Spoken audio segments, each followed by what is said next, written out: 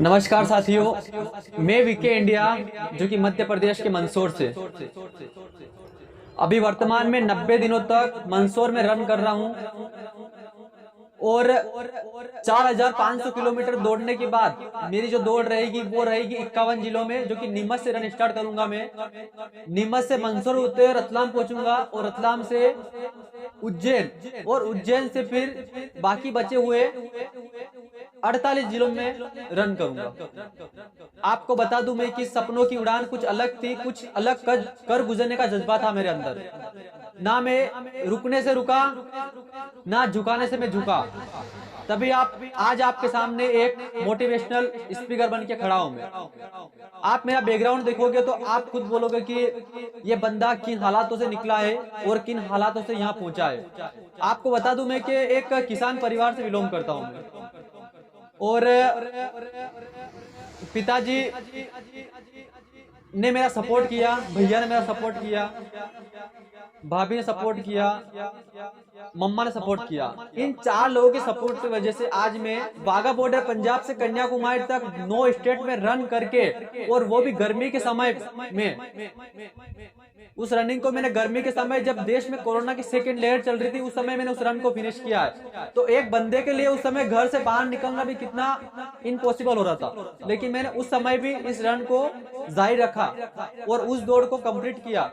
और मुझे दोस्तों बताना चाहूंगा आपको कि मुझे ये नहीं पता था कि मैं इस रन को पूरा करने के बाद घर पे लौटूंगा कि लौटूंगा, क्योंकि उस समय सेकेंड लहर चल रही थी कोरोना की और इतनी हालत खराब हो चुकी थी उस समय। देश की भी हालत खराब थी, मेरी खुद की भी हालत खराब थी उस समय।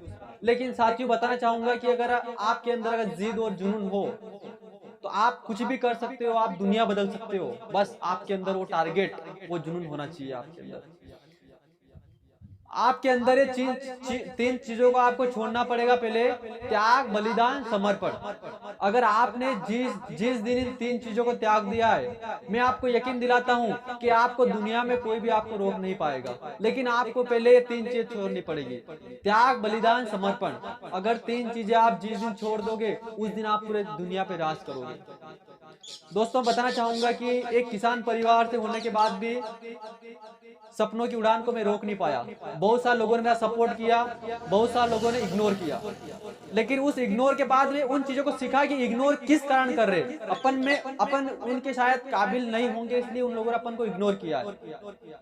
बस उसी चीज को मैंने माइंड बिठाया कि जिन लोगों ने अपन को इग्नोर किया है, वो लोग ही एक दिन अपन को बोलेंगे कि नहीं, बंदा वीके इंडिया सही रास्ते पे चला था उस समय। और वीके इंडिया आज भी सही रास्ते पे चलता है, लेकिन आज देश में युवाओं को सपोर्ट नहीं मिलने की वजह से वो युवा वहीं पे रुक जाता है।